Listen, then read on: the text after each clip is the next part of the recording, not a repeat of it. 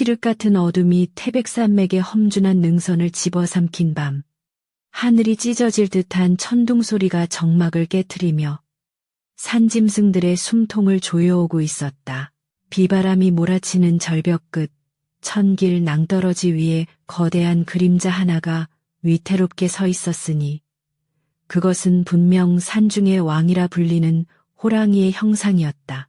그러나 그 짐승의 입에서 터져 나오는 소리는 묻짐승을 떨게 만드는 위험 있는 포효가 아니었다. 짐승의 거친 목구멍을 억지로 비집고 나오는 그 소리는 마치 자식을 잃은 어미가 토해내는 피 맺힌 통곡과도 같았고 억울하게 죽은 원혼이 구천을 떠돌며 내지르는 비명과도 같아 듣는 이의 간장을 서늘하게 녹여내기에 충분했다. 번개가 번쩍이며 세상을 하얗게 비출 때마다 드러나는 호랑이의 눈동자는 짐승의 그것이라기엔 너무나도 깊고 슬픈 인간의 빛을 담고 있었으며 굵은 눈물 방울이 빗물과 섞여 거친 털을 적시고 있었다. 호랑이는 앞발로 바위를 긁으며 하늘을 향해 다시금 길게 울부짖었는데 그 소리는 산 아래 마을까지 메아리쳐 잠든 아이들을 경기 들게 할 만큼 처절하고도 애달픈 것이었다. 날카로운 발톱이 바위를 긁어 불꽃이 튀었고 짐승은 제 가슴을 쥐어뜯는 듯한 고통에 몸부림치며 차가운 빛바닥에 머리를 지시겼다. 무엇이 저 산군 산짐을 저토록 비통하게 만들었는가? 어찌하여 짐승의 탈을 쓰고 인간의 눈물을 흘리고 있는가? 그 기이하고도 슬픈 사연은 닷새 전 산 아래 자리 잡은 작은 외딴 집에서 시작된 절망적인 기도로 거슬러 올라간다. 뼈만 앙상하게 남은 손으로 차가운 아랫목을 더듬던 아버지 만석의 거친 숨소리가 방 안 가득한 곰팡내와 피비린내 속에 위태롭게 섞여들고 있었던 바로 그날 밤이었다. 초가 삼간 다 쓰러져가는 오두막의 문풍지는 매서운 겨울바람에 속절없이 떨렸고 희미한 등잔볼 아래 순덕은 마른 수건으로 아버지의 이마에 맺힌 식은땀을 닦아내고 있었다. 아버지, 조금만 더 버티세요. 내일이면 읍내 의원이 약을 지어 올 것입니다. 순덕의 목소리는 물기 어린 다짐처럼 들렸으나 그녀 스스로도 그것이 지키지 못할 약속임을 뼈저리게 알고 있었다. 며칠 전 다녀간 의원은 고개를 가로저으며 혀를 찼을 뿐 약 한 첩 지어주지 않고 도망치듯 자리를 떴기 때문이었다. 만석은 마탄 눈을 힘겹게 뜨며 딸의 손을 잡으려 애썼으나 그 손은 마치 썩은 나뭇가지처럼 힘없이 바닥으로 툭 떨어졌다. 순덕아, 고생만 시켜서 미안하구나. 만석의 목구멍에서 끓어오르는 가래 소리가 유언처럼 순덕의 가슴에 박혔다. 순덕은 입술을 깨물어 울음을 삼켰으나 터져나오는 눈물은 아버지의 야윈 손등 위로 후두둑 떨어져 내렸다. 어미 없이 홀로 자란 순덕에게 아버지는 세상의 전부였고 가난 속에서도 딸을 위해 자신의 살을 깎아 먹이며 키워온 헌신적인 존재였다. 그런 아버지가 이름 모를 괴질에 걸려 피를 토하며 죽어가는데 가난한 효녀가 할 수 있는 일이라곤 고작 차가운 물수건을 갈아주는 것뿐이라는 사실이 그녀를 미치도록 괴롭혔다. 방구석에 놓인 깨진 항아리에는 쌀 한 톨 남아있지 않았고 약탕기에는 물만 끓고 있을 뿐이었다. 절망이 목끝까지 차오른 순덕의 뇌리에 문득 마을 노인들이 수군대던 오래된 전설 하나가 스치고 지나갔다. 태백산 꼭대기, 사람이 다니지 않는 험한 바위 틈에 산신령이 깃든 호랑이 바위가 있는데 그곳에서 목숨을 걸고 기도를 올리면 어떠한 소원이라도 들어준다더라. 허나 그 대가가 너무도 참혹하여 누구도 감히 오르려 하지 않는다지. 평소 같았으면 헛소리라 치부했을 그 이야기가 죽음의 문턱에 선 지금은 유일한 동아줄처럼 느껴졌다. 순덕은 결심이 선 듯 눈물을 닦고 자리에서 일어났다. 아버지의 이불을 단단히 여며준 그녀는 부엌으로 나가 정화수 한 그릇을 떠서 품에 안았다. 밖은 칠흑 같은 어둠이었고 산짐승들의 울음소리가 으스스하게 들려왔지만 아버지를 살려야 한다는 일념 하나가 공포를 짓눌렀다. 마을 어귀를 지나 산길로 접어들자 날카로운 가시덤불이 순덕의 치맛자락을 휘감으며 가지 말라고 애원하듯 붙잡았다.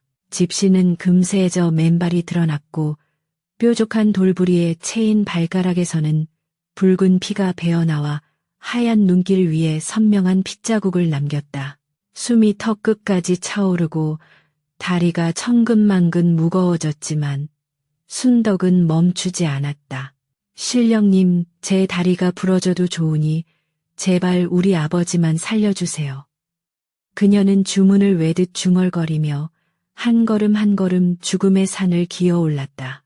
달빛조차 들지 않는 울창한 숲속, 어디선가 부스럭거리는 소리가 들릴 때마다 등줄기에 식은땀이 흘렀으나 그녀는 아비의 핏기 없는 얼굴을 떠올리며 이를 악물었다. 얼마나 걸었을까? 동이 트기 전 가장 어두운 새벽녘이 되어서야 순덕은 전설 속의 호랑이 바위 앞에 당도할 수 있었다. 거대한 바위는 마치 포효하는 호랑이의 형상을 하고 있었는데 그 위압감이 실로 대단하여 평범한 사람은 감히 눈을 마주치기도 힘들 정도였다. 순덕은 바위 앞에 정화수를 내려놓고 무릎을 꿇었다. 거친 바닥에 무릎이 찢어지는 고통이 느껴졌지만 그녀는 아랑곳하지 않고 절을 올리기 시작했다. 1번, 2번, 10번, 100번, 이마가 땅에 닿을 때마다 쿵, 쿵 하는 소리가 적막한 산정에 울려 퍼졌다. 108배를 넘어 1000배에 이르자 그녀의 이마는 깨져 피범벅이 되었고 의식은 혼미해져 갔다. 산신령님, 제 목숨을 가져가셔도 좋습니다. 제발 아버지를. 탈진하여 쓰러지기 직전 순덕은 마지막 힘을 짜내어 절규했다. 바로 그 순간 윙윙거리던 산바람이 거짓말처럼 뚝 그치더니 주위의 공기가 무겁게 내려앉았다. 호랑이 바위 뒤편 어둠 속에서 2개의 푸른 불빛이 횃불처럼 타오르기 시작했는데 그것은 인간의 것이 아닌 거대한 짐승의 눈동자였다. 땅이 울리는 듯한 낮고 굵은 목소리가 순덕의 머릿속을 직접 파고들었다. 가련한 아야, 너의 효심이 하늘을 찌르고 땅을 울리는구나. 허나 죽을 운명을 거스르는 것은 천리를 거역하는 일이니 그에 상응하는 값을 치러야 함을 아느냐? 순덕은 두려움에 온몸을 떨면서도 고개를 들었다. 어둠 속에서 걸어나온 존재는 집채만한 베코바였는데 그 기세가 너무도 흉포하고 신성하여 감히 올려다볼 수조차 없었다. 무엇이든 바치겠습니다. 제 팔다리를 원하시면 가져가시고 제 눈을 원하시면 뽑아가십시오. 순덕의 목소리는 떨렸으나 눈빛만은 흔들리지 않았다. 상구는 그 모습을 잠시 응시하더니 기묘한 미소를 짓는 듯 입꼬리를 말아 올렸다. 내 아비의 목숨을 연장해 주마. 허나 인간의 생명은 다른 생명으로 채워야 하는 법. 너는 낮에는 아비의 딸로 살 수 있으나 해가 지면 산의 주인이 되어 나의 그림자로 살아가야 한다. 네가 흘릴 피와 눈물이 산을 적실 것이니 그래도 하겠느냐? 그 말이 무엇을 의미하는지 깊이 생각할 겨를도 없었다. 당장 집에 있는 아버지가 숨을 거둘지도 모른다는 공포가 앞섰기에 순덕은 망설임 없이 고개를 끄덕였다. 하겠습니다. 1000번이고 10,000번이고 하겠습니다. 그녀의 대답이 끝나기가 무섭게 상구는 포효하며 순덕을 향해 달려들었다. 날카로운 송곳니가 그녀의 어깨를 꿰뚫는 듯한 끔찍한 통증과 함께 뜨거운 불덩이가 혈관을 타고 온몸으로 퍼져나갔다. 으아! 순덕은 고통에 몸부림치며 비명을 질렀다.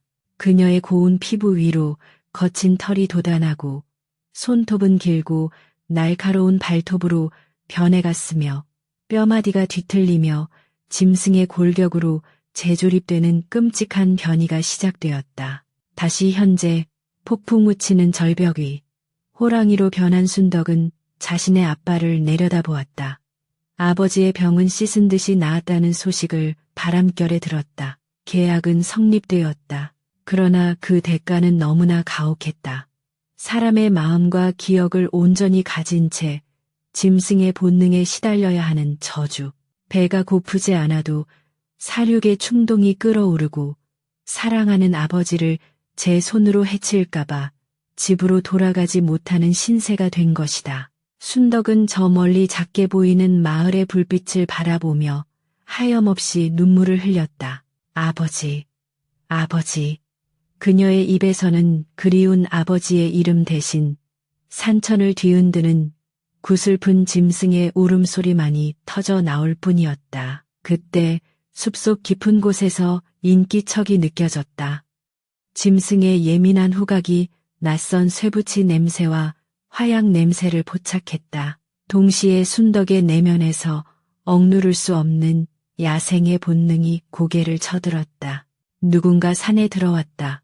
그것도 살기를 가득 품은 채. 순덕은 흐르던 눈물을 멈추고 붉게 충혈된 눈으로 어둠 속을 노려보았다. 이제 그녀는 더 이상 연약한 효녀가 아니었다. 그녀는 이 산의 저주받은 수호자이자 밤의 지배자가 되어야만 했다. 운명의 수레바퀴는 이미 잔혹하게 굴러가기 시작했고 그녀의 앞에는 피할 수 없는 가시밭길이 펼쳐져 있었다.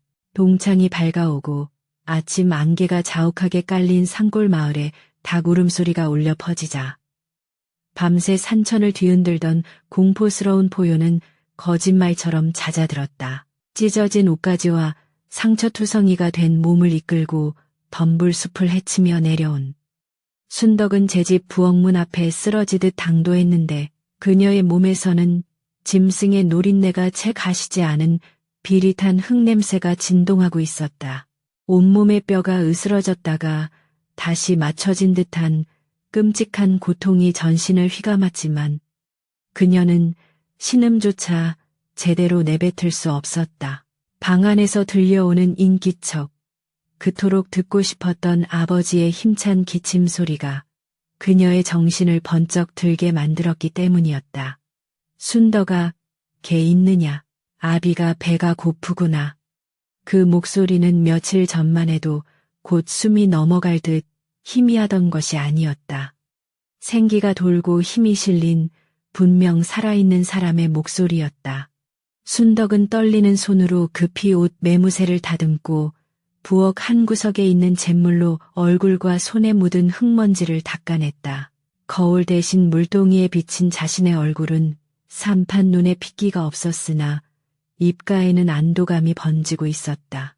방문을 열고 들어서자 자리에 앉아있는 만석의 모습이 눈에 들어왔다. 앙상하던 얼굴에는 홍조가 돌았고 죽음의 그림자가 드리워졌던 눈빛은 맑게 개어 있었다. 아버지, 정말 괜찮으신 겁니까? 몸은 좀 어떠세요? 순덕이 달려가 아버지의 손을 잡자 만석은 딸의 머리를 쓰다듬으며 허 웃었다. 밤새 꿈자리가 사납더니 아침에 일어나니 씻은 듯이 몸이 가볍구나. 내 정성이 하늘에 닿았나 보구나. 산신령님이 도우셨어. 아버지의 그 말 한마디가 순덕의 가슴을 후벼 팠다. 산신령, 그 잔혹하고도 절대적인 존재와의 계약이 떠올랐기 때문이었다. 만석은 딸의 표정이 어두워지는 것을 눈치채지 못한 채 오랜만에 맛보는 숭늉을 달게 들이켰다. 아버지가 살아났다는 기쁨은 잠시였고 순덕의 마음 한구석에는 다가올 밤에 대한 원초적인 공포가 쿨리를 틀기 시작했다. 그녀는 이제 평범한 여인으로 살 수 없었다. 해가 지면 인간의 껍데기를 벗고 산을 배회해야 하는 괴물이 되어야 한다는 사실이 아버지의 따뜻한 손길조차 고통스럽게 만들었다. 낮 동안의 시간은 야속하리만치 빠르게 흘러갔다. 순덕은 아버지의 수발을 들고 밀린 집안일을 하며 애써 태어난 척했지만 태양이 서산마루에 걸릴 때마다 심장이 옥죄어 오는 것을 느꼈다. 마을 우물가에는 아낙네들이 모여 웅성거리고 있었는데 그들의 입에서 나오는 이야기는 온통 지난밤의 괴소문에 관한 것이었다. 자네도 들었나? 어젯밤 뒷산에서 들리던 그 짐승 소리 말일세. 어찌나 크고 구슬프던지 우리 집 누렁이가 무서워서 오줌을 지렸다니까. 그뿐인가 나무하러 갔던 김서방 말로는 집채만한 흰 호랑이가 절벽 위에 서 있는 걸 봤다더군. 눈에서 시퍼런 불이 뿜어져 나왔다는데 이거 보통 일이 아니야. 순덕은 물동이를 인 채 고개를 숙이고 그들 곁을 빠르게 지나쳤다. 죄책감과 두려움이 뒤섞인 식은땀이 등줄기를 타고 흘러내렸다.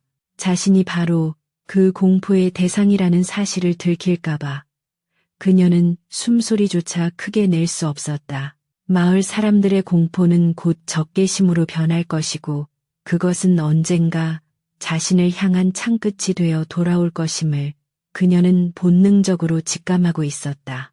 한편 고개 너머 기와집들이 즐비한 부촌에는 이 마을의 모든 땅을 소유하고 있는 만석군 최대감이 살고 있었다. 기름진 음식을 탐하느라 불룩 튀어나온 배를 두드리며 곰방대를 물고 있는 그의 눈은 탐욕으로 번들거렸다.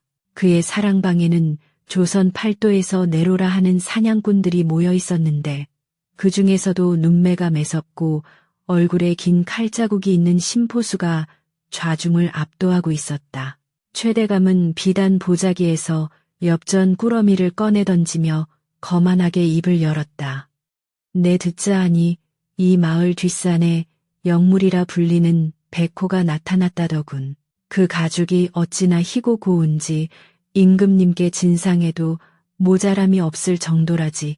내 그놈의 가죽을 벗겨 안방에 깔아야겠으니 자네들이 수고 좀 해줘야겠어. 심포수는 엽전 꾸러미를 흘끗 보고는 코웃음을 쳤다. 대감, 백호는 산군, 산준입니다. 함부로 건드렸다간 산사태가 나거나 마을에 동티가 날 수 있습니다. 돈 몇 푼에 목숨을 걸 수는 없지요. 최대감은 눈을 가늘게 뜨며 엽전 꾸러미 하나를 더 던졌다. 이 마을 소장농들의 목숨이 내 손에 달려있네. 산신령이고 나발이고 돈이면 귀신도 부리는 세상이야. 내가 원하는 건 오직 그 가죽뿐일세. 만약 그 짐승을 잡아온다면 자네들이 평생 놀고 먹을 전답을 주지. 전답이라는 말에 사냥꾼들의 눈빛이 흔들렸다. 심포수 역시 잠시 침묵하더니 굳은 살 박인 손으로 총신을 쓰다듬으며 탐욕스러운 제안을 받아들였다. 좋습니다. 하지만 명심하십시오. 영물 사냥은 인간 사냥보다 더 지독한 법입니다. 그 피비린내를 감당하실 준비는 되셨겠지요. 최대감은 껄껄 웃으며 술잔을 비웠다. 그의 탐욕은 이미 이성을 마비시킨 지 오래였다. 그 시각 해는 붉은 핏빛 노을을 남기며 서산 너머로 완전히 자취를 감추었고 산골 마을에는 다시금 어둠이 깃들기 시작했다. 집으로 돌아온 순덕은 아버지에게 거짓말을 해야만 했다. 아버지, 의원님이 약초를 밤이슬 맞을 때 캐야 약효가 좋다고 하셨어요. 잠시 산에 다녀오겠습니다. 만석은 걱정스러운 눈빛으로 딸을 만류했다. 이 밤중에 위험하게 산을 간다니? 호랑이가 나온다는 소문도 흉흉한데 가지 마라, 순덕아. 순덕은 아버지의 손을 꼭 잡으며 애써 미소 지었다. 걱정 마세요. 산신령님이 지켜주신다 약조하셨는걸요. 금방 다녀오겠습니다. 그녀는 아버지가 더 말리기 전에 도망치듯 집을 나섰다. 살인문을 나서자마자 뼈마디가 뒤틀리는 고통이 시작되었다. 으드득 뚝 관절이 어긋나고 근육이 팽창하는 끔찍한 소리가 몸 안에서 울려 퍼졌다. 순덕은 비명을 삼키며 숲속으로 기어 들어갔다. 고운 피부 위로 하얀 털이 솟아오르고 인간의 시야는 붉은색과 회색이 뒤섞인 짐승의 시야로 바뀌어갔다. 완전히 호랑이로 변한 순덕은 거친 숨을 몰아쉬며 바위 위에 엎드렸다. 인간으로서의 이성은 촛불처럼 위태롭게 남아있었지만 피와 살을 갈구하는 야수적인 본능이 파도처럼 밀려와 그녀의 의식을 집어삼키려 했다. 안 돼. 나는 사람이다. 아버지의 딸이다. 그녀는 속으로 끊임없이 되뇌었지만 예민해진 후각은 숲속에 숨어든 낯선 인간들의 냄새를 기가 막히게 찾아냈다. 화약 냄새, 쇠 냄새, 그리고 역겨운 술 냄새와 탐욕의 냄새. 심포수와 사냥꾼들이 산 입구에 덫을 놓고 매복을 시작한 것이었다. 짐승의 본능은 당장 그들을 찢어발기라고 명령했지만 순덕의 영혼은 그것을 필사적으로 억눌렀다. 그들이 비록 자신을 죽이러 온 자들이라 할지라도 살인은 곧 인간으로서의 마지막 끈을 놓는 일이라 여겼기 때문이었다. 백호가 된 순덕은 은밀하게 그리고 신속하게 나무 사이를 이동했다. 그녀의 발걸음은 낙엽 하나 건드리지 않을 만큼 조용했고 하얀 털은 달빛 아래서 신비롭게 빛났다. 사냥꾼들은 곳곳에 무시무시한 창에덜을 설치해 두고 있었다. 그 덫은 단순히 발목을 잡는 것이 아니라 뼈를 부수고 살점을 뜯어내는 잔인한 흉기였다. 순덕은 덫이 놓인 길목을 피해 짐승들이 다니는 길을 우회했다. 그때 덤불 속에서 작은 노루 새끼 한 마리가 아무것도 모른 채 덫을 향해 다가가고 있었다. 굶주린 배에서 꼬르륵 소리가 났고 눈앞에 먹잇감을 덮치고 싶은 충동이 일었다. 침이 질질 흐르고 발톱이 저절로 튀어나왔다. 하지만 순덕은 그 충동을 이겨내고 낮은 울음소리로 경고를 보냈다. 그르르릉. 깜짝 놀란 노루가 방향을 틀어 도망치자 덫은 빈 허공을 향해 철커덕 소리를 내며 닫혔다. 그 소리는 적막한 산속에서 천둥소리처럼 크게 들렸다. 매복하고 있던 심포수의 귀가 쫑긋 섰다. 저쪽이다. 덫이 작동했어. 사냥꾼들이 횃불을 들고 덫이 있는 곳으로 달려왔다. 그들이 본 것은 빈 덫과 그 주위에 찍힌 거대한 발자국, 그리고 노루가 도망친 흔적이었다. 심포수는 발자국 크기를 가늠해 보고는 혀를 찼다. 이놈 봐라. 먹이를 쫓던 놈이 덫앞에서 멈추고 오히려 먹이를 살려보냈어. 이건 짐승의 지능이 아니다. 누군가 이 산을 지키고 있어. 심포수의 눈빛이 매섭게 빛났다. 그는 본능적으로 이 사냥이 단순한 가죽 벗기기가 아님을 감지했다. 어둠 속 나무 위에서 순덕은 그들의 대화를 듣고 있었다. 붉게 타오르는 그녀의 눈동자에 횃불의 일렁임이 비쳤다. 인간의 탐욕은 끈질기고 집요했다. 사냥꾼들은 덫의 위치를 옮기고 더 교묘하게 미끼를 뿌리기 시작했다. 그들은 심지어 만석이 나무를 하러 다니는 길목까지 침범해 오고 있었다. 순덕의 가슴속에서 뜨거운 분노가 치밀어 올랐다. 아버지를 위협하는 것들은 용서할 수 없었다. 내 아버지를 건드리면 그때는 정말 너희를 물어 죽일지도 모른다. 짐승의 살기가 숲을 가득 채우자 바람마저 숨을 죽였다. 순덕은 앞발로 나무 기둥을 깊게 긁어 영역 표시를 했다. 그것은 단순한 영역 표시가 아니라 더 이상 다가오지 말라는 최후의 경고였다. 나무 껍질이 뜯겨나가고 하얀 속살이 드러난 그 자리에 순덕의 눈물 섞인 침이 배어들었다. 밤은 깊어가고 효녀와 야수, 인간과 짐승의 경계에서 줄타기 하는 순덕의 처절한 싸움은 이제 막 시작되고 있었다. 그녀를 노리는 총구는 점점 더 가까이 다가오고 있었고 그 끝에는 피할 수 없는 비극이 기다리고 있었다. 시커먼 먹구름이 태백산맥의 허리를 휘감아 돌더니 이내 억수 같은 장대비가 쏟아져 내리기 시작했다. 하늘에 구멍이라도 뚫린 듯 퍼붓는 빗줄기는 사냥꾼들이 풀어놓은 사냥개들의 코를 마비시켰고 며칠째 산을 뒤지며 피로에 지친 심포수의 시야를 흐릿하게 만들었다. 그러나 인간의 탐욕은 악천후조차 막을 수 없는 법이었다. 최대감의 독촉에 못 이겨 강행된 모리사냥은 산짐승들을 공포의 도가니로 몰아넣고 있었다. 빗물에 젖은 낙엽 위로 수십 개의 횃불이 뱀의 혀처럼 넘실거렸고 꽹과리와 징을 쳐대며 짐승을 모는 몰이꾼들의 고함이 천둥소리와 뒤섞여 산 전체를 불길한 기운으로 뒤덮었다. 낮에는 아버지의 병구안을 하고 밤이면 상군이 되어 숲을 지켜야 하는 순덕의 몸과 마음은 이미 한계에 다다르고 있었다. 짐승의 강인한 체력으로도 감당하기 힘든 피로가 뼛속까지 파고들었으나 그녀는 빗속에서 번들거리는 총구들이 마을 쪽을 향하지 못하도록 제 몸을 미끼 삼아 그들을 더 깊고 험한 산속으로 유인하고 있었다. 그날 밤 비는 심상치 않게 내렸다. 단순한 가을비가 아니었다. 흙탕물이 계곡을 넘쳐 흐르고 지반이 약해진 산허리에서는 툭 투둑하며 나무 뿌리가 끊어지는 소리가 간헐적으로 들려왔다. 호랑이의 예민한 감각을 가진 순덕은 발바닥을 통해 전해오는 미세한 진동을 감지했다. 땅이 울고 있었다. 인간들의 무분별한 사냥과 덫 설치로 파헤쳐진 땅이 쏟아지는 폭우를 견디지 못하고 비명을 지르고 있는 것이었다. 순덕의 붉은 눈동자가 불안하게 흔들렸다. 이대로라면 산사태가 일어날 것이 분명했다.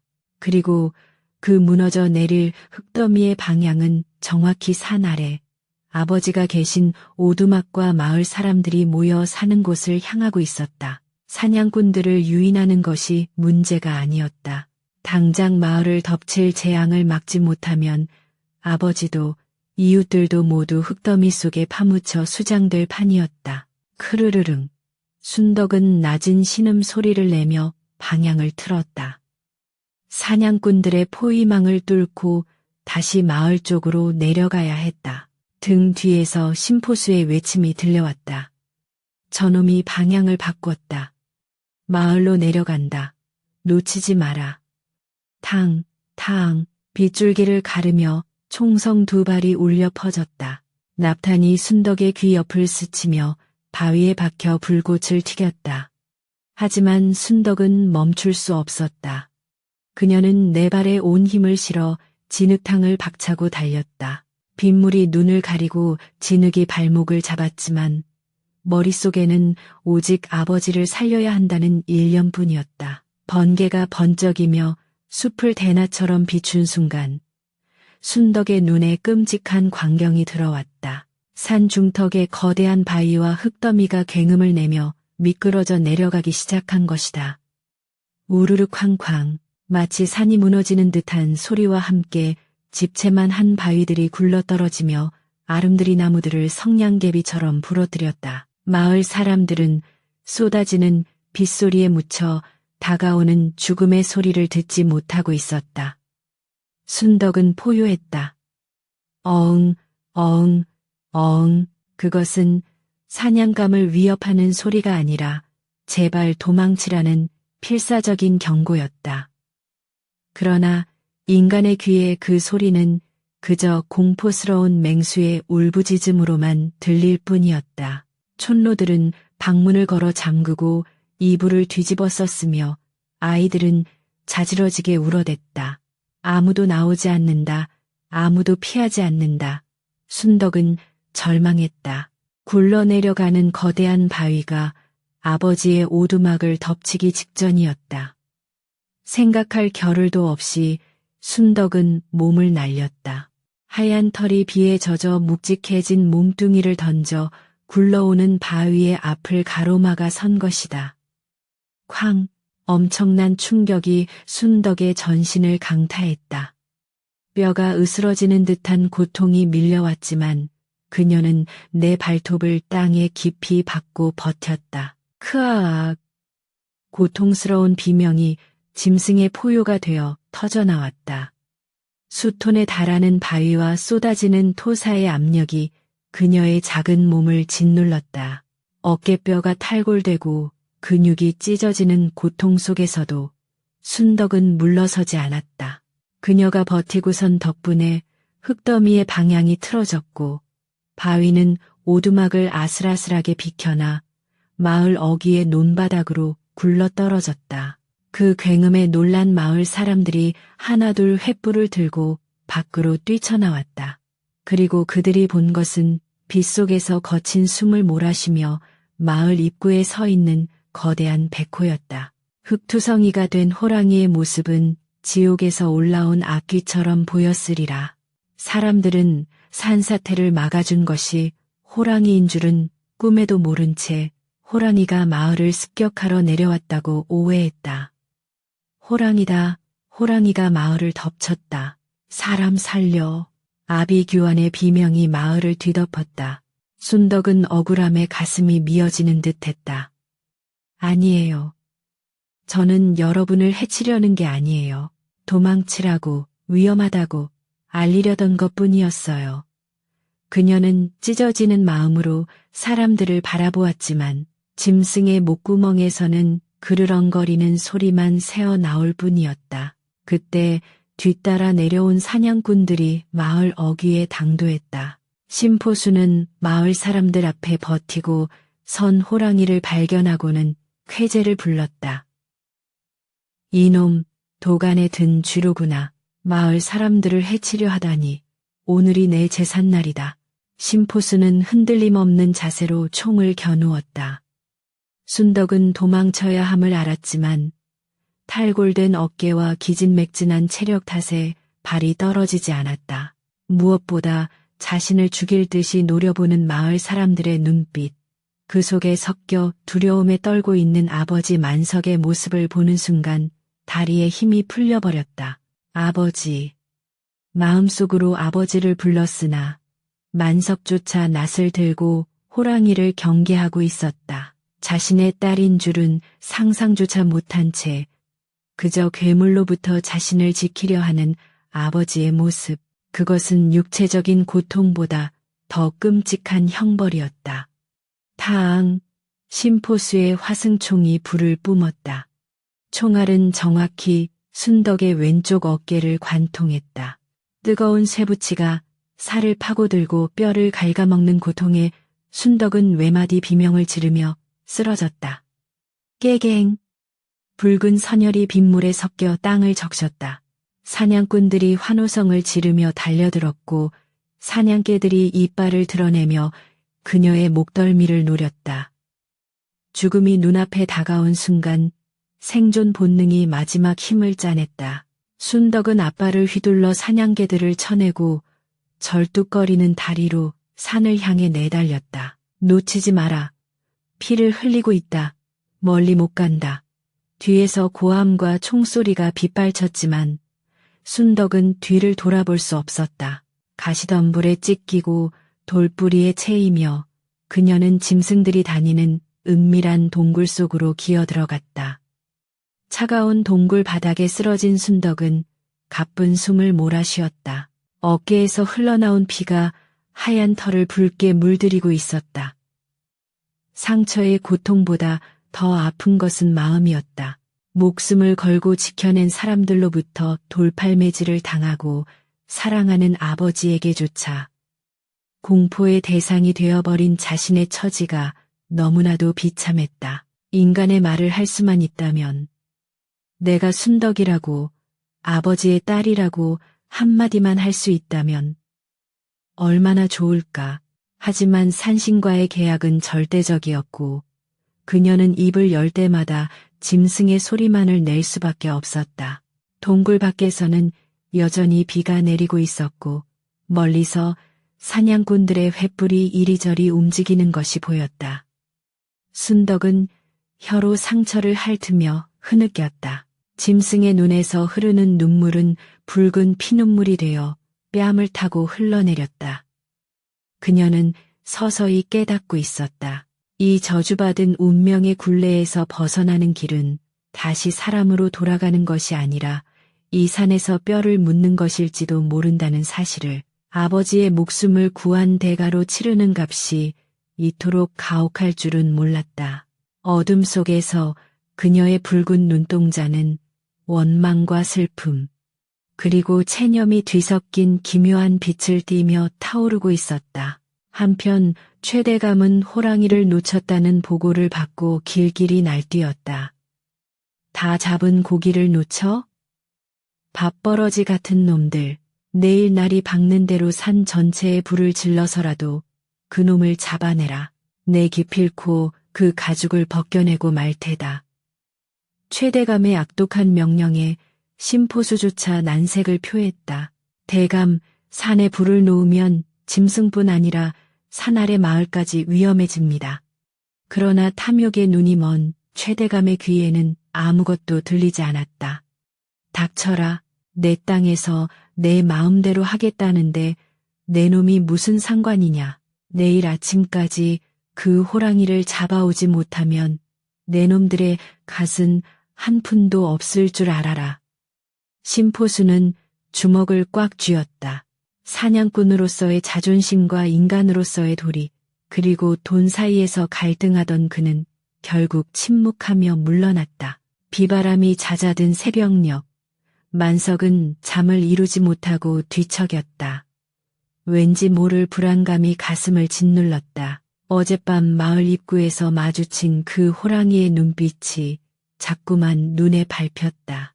흉포한 맹수의 눈이라기엔 너무나도 슬프고 어디선가 많이 본 듯한 그 눈빛, 그리고 호랑이가 사라진 자리, 흙더미에 깔릴 뻔한 자신의 집을 막아선 듯한 바위의 위치.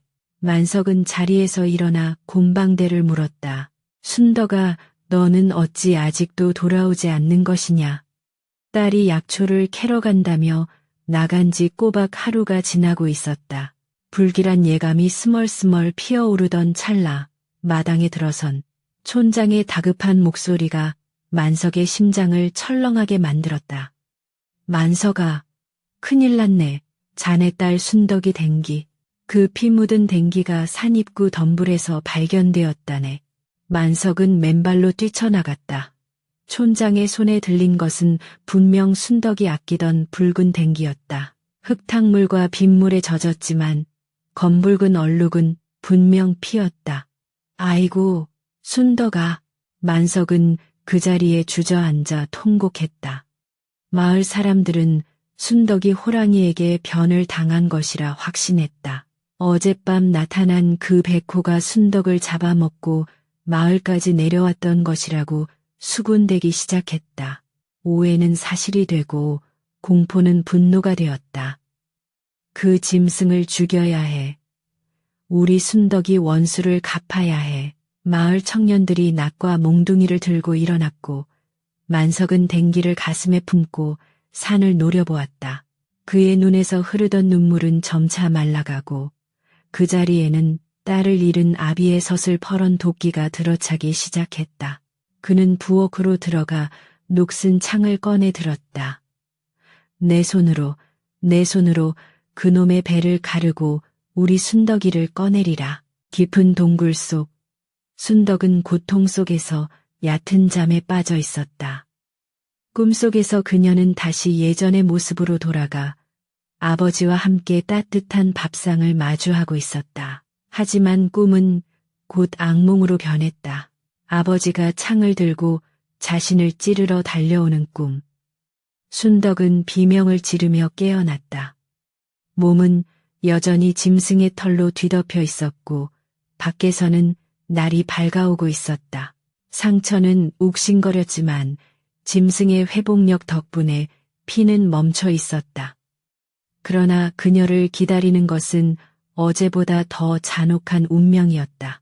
최대감의 사병들과 심포수 일당, 그리고 복수심에 불타는 아버지와 마을 사람들까지. 온 세상이 그녀를 죽이기 위해 산을 에워싸고 조여오고 있었다. 순덕은 비틀거리는 다리를 일으켜 세웠다. 피할 수 없는 최후의 순간이 다가오고 있음을 직감한 그녀는 동굴 입구에 서서 떠오르는 붉은 태양을 바라보며 길고 긴 하직 인사를 준비하고 있었다. 북소리와 징소리가 천지를 진동하며 태백산의 아침을 깨웠다. 그것은 산짐승을 모는 소리가 아니라 마치 전쟁터로 향하는 군대의 진군가와도 같았다. 최대감이 풀어놓은 수십 명의 사냥꾼과 마을 장정들이 횃불과 창 그리고 화승총을 들고 산을 에워싸며 좁혀오고 있었다. 그들의 눈은 광기로 번들거렸고 입에서는 거친 욕설과 고함이 터져나왔다. 저 짐승을 잡아라. 가죽을 벗겨 대감마님께 바치자. 내 딸을 죽인 원수다. 뼈를 갈아 마셔도 시원치 않을 놈. 그 살기등등한 외침 속에 만석의 절규가 섞여 있어 숲속에 숨어든 순덕의 가슴을 천 갈래만 갈래로 찢어 놓았다. 순덕은 밤새 흐린 피로 인해 현기증을 느끼며 비틀거렸다.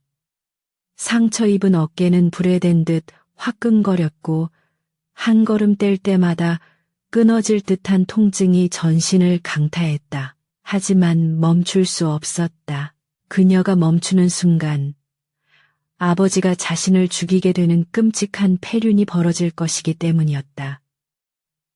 아버지, 제발 오지 마세요. 차라리 다른 사냥꾼의 총에 맞아 죽을지언정 아버지 손에 죽고 싶지는 않습니다. 순덕은 속으로 피눈물을 흘리며 더 높고 험한 곳, 사람이 감히 발을 들이기 힘든 천길 낭떠러지, 비룡봉을 향해 기어올랐다. 그곳은 하늘과 맞닿은 곳이자 더 이상 물러설 곳이 없는 막다른 길이었다. 몰입꾼들의 포위망은 거미줄처럼 촘촘했다. 개들이 냄새를 맡고 지저대며 순덕의 뒤를 바짝 쫓았다. 컹, 컹, 컹, 사냥개들의 이빨이 털끝을 스칠 만큼 가까워졌다. 순덕은 마지막 남은 힘을 짜내어 바위를 차고 뛰어올랐다. 크르릉, 위협적인 포효를 내질러 개들을 주춤하게 만든 사이 그녀는 가파른 암벽을 타고 정상으로 향했다. 발톱이 바위에 박힐 때마다 돌가루가 부서져 내렸고 그 자리에 붉은 핏자국이 선명하게 남았다. 뒤따르던 심포수는 그 핏자국을 보며 회심의 미소를 지었다. 다 왔다. 도간에 든 쥐다. 저 위는 절벽이야. 날개가 달리지 않고서야 도망칠 수 없다. 마침내 비룡봉 정상에 다다른 순덕은 거친 숨을 몰아쉬며 뒤를 돌아보았다. 발 아래로는 깎아지른 듯한 절벽이 까마득하게 펼쳐져 있었고 정면에서는 수많은 인간들이 무기를 겨눈 채 다가오고 있었다. 바람이 세차게 불어와 순덕의 하얀 털을 흩날렸다. 그 모습은 고고하면서도 처연하여 마치 세상의 모든 슬픔을 짊어진 산신, 산의 형상과도 같았다. 사냥꾼들은 거대한 백호의 위용에 압도되어 잠시 주춤거렸다. 덩치가 황소만하고 눈에서 푸른 안광을 뿜어내는 저 짐승은 확실히 예사로운 것이 아니었다. 그때 침묵을 깨고 만석이 앞으로 뛰쳐나왔다. 그의 손에는 녹슨 창이 들려 있었고 얼굴은 분노와 슬픔으로 일그러져 있었다. 비켜라. 이놈은 내 딸의 원수다. 내 손으로 죽일 것이다.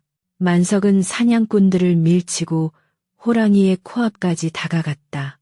심포수가 다급하게 말렸다. 위험합니다. 물러서시오. 저놈은 지금 궁지에 몰려 발악하고 있소. 그러나 만석의 귀에는 아무것도 들리지 않았다. 오직 피 묻은 댕기만이 눈앞에 어른거릴 뿐이었다.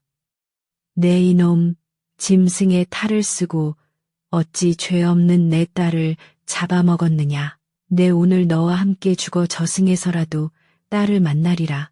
만석이 창을 높이 치켜들었다. 금방이라도 호랑이의 목덜미를 꿰뚫을 기세였다. 바로 그 순간 순덕은 으르렁거리던 입을 다물었다. 그리고 공격할 태세를 푸는 대신 앞발을 굽히고 머리를 땅에 조아렸다. 마치 죄인이 용서를 빌듯 자식이 부모 앞에 무릎 꿇듯 그렇게 납작 엎드린 것이다. 그리고 고개를 들어 만석을 바라보았다. 짐승의 흉포한 기운이 사라진 그 눈동자에는 그렁그렁한 눈물이 가득 고여 있었다. 창을 내리꽂으려던 만석의 손이 허공에서 멈췄다. 호랑이의 눈, 그 깊고 슬픈 눈망울이 만석의 심장을 꿰뚫고 들어왔다.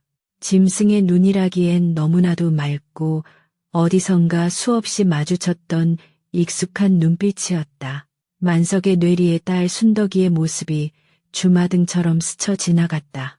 아플 때 걱정스럽게 바라보던 눈, 배고픈 아비에게 밥그릇을 밀어주던 눈, 그리고 며칠 전 밤, 약초를 캐러 가겠다며 마지막으로 뒤돌아보던 그 눈빛, 그 모든 것이 눈앞의 호랑이 눈동자와 겹쳐 보였다. 만석의 손이 부들부들 떨리기 시작했다.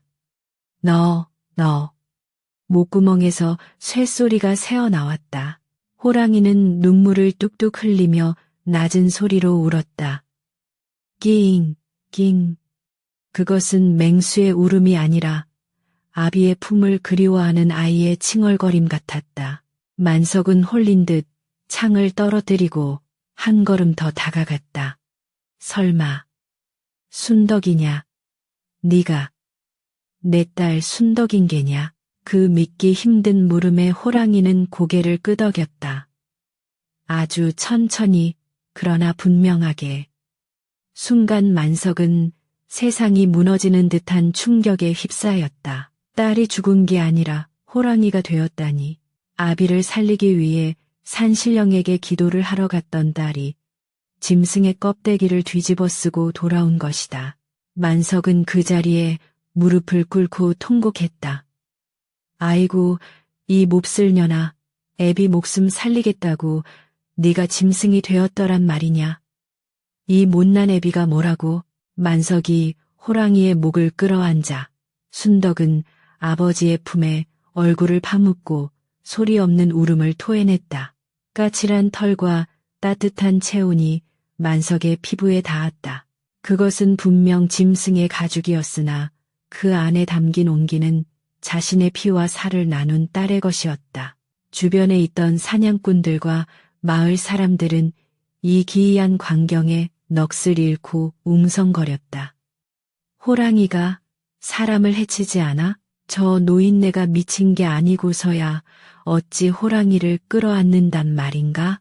심포수마저 총을 내리고 망연자실한 표정으로 그들을 바라보았다. 그동안 잡아온 수많은 짐승들에게서도 본 적 없는 인간과 짐승의 경계를 허무는 기적 같은 순간이었다. 그러나 이 감동적인 재회를 깨트린 것은 탐욕스러운 고함이었다. 뭐 하고 있느냐? 쏘아라, 당장 쏘란 말이다. 가마를 타고 뒤늦게 올라온 최대감이 부채질을 하며 악을 쓰고 있었다. 그는 눈앞의 광경이 주는 의미 따위에는 관심이 없었다. 오직 눈앞에 있는 천하의 명물, 백호의 가죽만이 그의 눈에 보일 뿐이었다. 저 늙은이가 호랑이랑 한패거리가 되었구나. 둘 다 쏘아 죽여도 좋다. 가죽만 상하지 않게 해라. 최대감의 명령에도 사냥꾼들이 머뭇거리자 최대감은 옆에 있던 사병의 총을 빼앗아 들었다. 에이, 쓸모없는 것들, 내가 직접 하겠다. 그는 광기에 찬 눈으로 방아쇠에 손가락을 걸었다. 탕, 귀를 찢는 총성이 울려 퍼졌다. 조주는 엉망이었지만 거리는 너무 가까웠다. 총알은 맹렬한 기세로 만석의 등을 향해 날아들었다.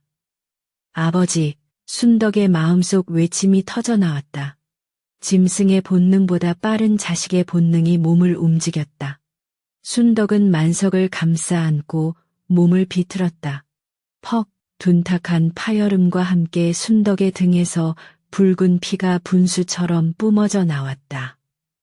아버지 대신 총탄을 온몸으로 받아낸 것이다. 크아악! 순덕은 고통에 찬 비명을 지르며 바닥으로 쓰러졌다. 거대한 몸뚱이가 쿵 하고 떨어지자 흙먼지가 피어올랐다. 순덕아, 안 된다. 눈을 떠라, 순덕아. 만석은 피투성이가 된 딸의 몸을 흔들며 절규했다. 하얀 털은 순식간에 붉게 물들어갔고 순덕의 거친 숨소리는 점차 잦아들고 있었다. 최대감은 자신이 맞춘 것이 호랑이라는 사실에 쾌재를 불렀다. 하하하, 맞았다. 내가 잡았다. 어서 가서 가죽을 벗겨라. 그러나 그의 웃음소리는 오래가지 못했다. 분노한 심포수와 사냥꾼들이 그를 차가운 눈으로 노려보고 있었고 무엇보다 쓰러진 호랑이에게서 피어오르는 기이한 안개가 주위를 감싸기 시작했기 때문이었다. 쓰러진 순덕은 흐릿해지는 의식 속에서 아버지의 얼굴을 바라보았다. 짐승의 눈이 서서히 감기고 있었다. 아버지, 죄송해요. 끝까지 모시지 못해서. 그녀의 눈에서 마지막 눈물 한 방울이 떨어져 바닥에 흙을 적셨다. 그 순간 하늘에서 뇌성이 울리더니 검은 먹구름 사이로 한 줄기 서광이 비치기 시작했다. 그것은 마치 하늘이 이 가엾은 부녀의 이별을 지켜보고 있다는 징표와도 같았다. 만석은 피 묻은 손으로 하늘을 향해 주먹을 휘두르며 울부짖었다. 하늘이시여, 굽어 살피소서. 이 아이가 무슨 죄가 있습니까? 제 목숨을 가져가시고 제발 우리 순덕이를 살려주십시오. 그의 처절한 울음소리가 메아리가 되어 태백산맥 줄기줄기마다 사무쳤다. 바람이 멈추고 새들도 울음을 그쳤다. 산 전체가 숨을 죽이고 이 비극의 결말을 지켜보고 있었다. 순덕의 몸이 희미하게 빛나기 시작했다. 짐승의 거친 털 사이로 사람의 살결이 얼핏 보이는 듯했다. 이것이 죽음으로 가는 길목에서 일어나는 마지막 환영인지 아니면 또 다른 기적의 시작인지 알 수 없었다. 하지만 만석은 딸의 차가워지는 아빠를 자신의 가슴에 묻고 놓지 않았다. 사랑한다, 내 딸아, 미안하다. 정말 미안하다. 피비린내 나는 절벽 위 탐욕과 사랑, 죽음과 희생이 뒤엉킨 그곳에서 비극의 클라이맥스는 정점을 찍고 있었다. 악랄한 총구의 연기가 채가시기도 전에 산은 다시 한번 거대한 변화를 준비하고 있었다. 순덕의 희생은 결코 헛되지 않았으니 그녀가 흘린 피가 땅에 스며들어 잠들어 있던 산신의 분노를, 아니 산신의 자비를 깨우고 있었던 것이다. 순덕의 붉은 피가 비룡봉의 차가운 바위 틈으로 스며들자 기이한 침묵이 산 정상을 감쌌다. 방금 전까지 요란하게 울려 퍼지던 총성도, 사냥개들의 짖는 소리도, 최대감의 악에 바친 고함도 거짓말처럼 뚝 끊겼다. 오직 산을 휘감는 바람 소리만이 그 빈자리를 채우는가 싶더니 갑자기 하늘에서 눈부신 서광리, 기둥처럼 내려와 쓰러진 호랑이와 만석을 감싸 안았다. 그 빛은 한여름의 태양보다 강렬했으나 뜨겁지 않았고 달빛보다 은은했으나 어둠을 완벽하게 몰아내는 신비로운 기운을 품고 있었다. 만석은 눈이 부셔 제대로 뜰 수 없었으나 품 안에 안긴 거대한 짐승의 몸에서 일어나는 변화를 온몸의 감각으로 느낄 수 있었다. 거칠고 뻣뻣했던 호랑이의 털이 봄눈 녹듯 사르르 흩어지더니 바람결에 하얀 민들레 홀씨처럼 날아가 버리고 그 아래서 부드럽고 따뜻한 인간의 살결이 드러나기 시작한 것이다. 이것이 무슨 조화란 말이냐. 심포수를 비롯한 사냥꾼들은 넋을 잃고 그 광경을 바라보았다. 빗속에서 짐승의 거대한 형체는 점차 작아져 가녀린 여인의 모습으로 돌아오고 있었다. 피투성이가 되었던 등에서는 검은 연기와 함께 총알이 툭하고 바닥으로 떨어져 나갔고 찢어졌던 살점들이 서로 엉겨붙으며 새살이 돋아나는 기적 같은 일이 벌어지고 있었다. 만석이 떨리는 손으로 딸의 얼굴을 감싸 쥐었다. 짐승의 주둥이가 사라진 자리에는 순덕의 오똑한 코와 붉은 입술이 돌아와 있었고 닫혀있던 눈꺼풀이 파르르 떨리며 천천히 떠졌다. 그 눈동자는 더 이상 붉게 충혈된 짐승의 것이 아니었다. 맑고 깊은 영락없는 만석의 딸 순덕의 눈이었다. 아, 아버지? 순덕의 입에서 터져나온 첫 마디는 으르렁거리는 짐승의 소리가 아닌 그토록 그리워하던 인간의 목소리였다. 만석은 목이 메어 대답조차 하지 못하고 딸을 와락 끌어안았다. 순덕아, 내 딸 순덕아, 돌아왔구나. 정말로 돌아왔어. 부녀의 통곡이 산 정상에 메아리쳤다. 그 순간 허공에서 산신령의 웅장한 목소리가 뇌성처럼 울려 퍼졌다. 가여운 효녀야, 듣거라. 너는 아비를 위해 목숨을 바치려 하였고 아비 또한 너를 위해 죽음을 불사하였다. 짐승의 가죽을 썼으나 그 마음은 어떤 인간보다 고귀하였으니 네가 흘린 피가 저주를 씻어내고 하늘을 감동시켰도다. 이제 너의 죗값은 모두 치러졌으니 인간으로 돌아가 남은 생을 누리도록 하라. 그 목소리는 산맥을 타고 흘러내려 그 자리에 있는 모든 이들의 가슴에 깊은 울림을 남겼다. 마을 사람들은 저도 모르게 무릎을 꿇고 머리를 조아렸다. 오해와 두려움으로 가득 찼던 그들의 마음속에 뜨거운 회한의 눈물이 차올랐다. 그러나 단 한 사람, 최대감만은 이 성스러운 기적 앞에서도 탐욕을 버리지 못하고 있었다. 그는 눈앞에서 사라진 호랑이 가죽에 대한 미련 때문에 이성을 잃고 발악했다. 안 돼, 내 호랑이 가죽, 저게 얼마짜리인데 다시 변해라, 다시 호랑이가 되란 말이다. 최대감은 미친 사람처럼 허공에 대고 총을 휘두르며 순덕 쪽으로 달려들려 했다. 그때였다.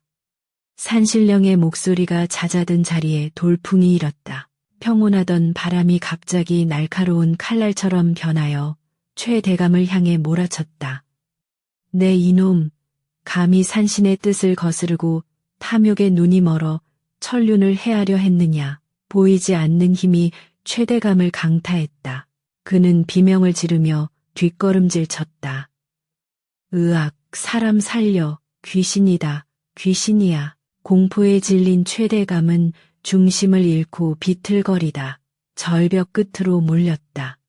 발밑에 바위가 부서져 내리며 그는 허우적거렸다. 심포수가 손을 뻗어 그를 잡으려 했으나 최대감은 이미 공포에 질려 사리분별을 하지 못하고 제 발로 허공을 디디고 말았다. 아, 처절한 비명과 함께 그는 천길 낭떠러지 아래 자욱한 안개 속으로 사라져버렸다. 탐욕으로 쌓아올린 그의 부귀영화도 오만방자했던 권세도 한낱 물거품처럼 허무하게 흩어졌다. 사람들은 숨을 죽이고 그 최후를 지켜보았다. 그것은 단순한 사고가 아니라 산이 내린 준엄한 심판이자 인과응보의 결말임을 누구도 부인할 수 없었다.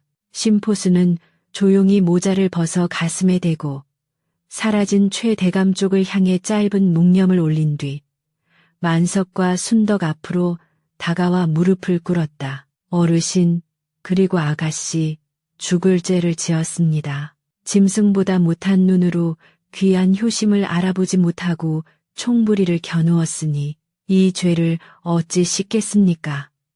천하의 명사수라 불리던 심포수의 눈에서 뜨거운 눈물이 흘러내렸다. 그 뒤를 이어 마을 사람들도 하나둘씩 다가와 고개를 숙였다. 순덕아, 미안하다. 우리가 어리석었다. 네가 우리를 구해주었는데 우리는 너를 괴물이라 욕하고 죽이려 했구나. 촌장이 흐느끼며 사죄하자 순덕은 촌장의 거친 손을 잡으며 엷은 미소를 지어 보였다. 아니에요. 모두가 무사안이 되었습니다. 저야말로 아버지를 부탁드린다는 말도 없이 떠나 걱정을 끼쳐드렸습니다. 그녀의 용서는 봄바람처럼 사람들의 얼어붙은 마음을 녹였고 비룡봉 정상에는 비로소 완전한 평화가 찾아왔다. 순덕은 아버지의 부축을 받으며 산을 내려왔다. 내려오는 길은 올라갈 때와는 전혀 달랐다. 가시덤불이 스스로 길을 터주는 듯했고 산새들이 머리 위를 날며 고운 노래로 그들의 귀환을 축복했다. 마을에 도착했을 때 해는 중천에 떠 따사로운 햇살을 비추고 있었다. 순덕이 살아 돌아왔다는 소식에 온 마을이 잔치 분위기로 들썩였다. 사람들은 쌀을 모아 밥을 짓고 닭을 잡아 국을 끓여 만석의 오두막으로 모여들었다. 최대감이 사라진 후 그가 소유했던 땅 문서는 관아의 조사를 통해 원래 주인인 마을 사람들에게 그리고 일부는 만석과 순덕에게 위로금 명목으로 분배되었다. 악인이 사라진 마을에는 웃음꽃이 피어났고 인심은 예전처럼 넉넉해졌다. 그날 이후 순덕의 이야기는 입에서 입으로 전해지며 전설이 되었다.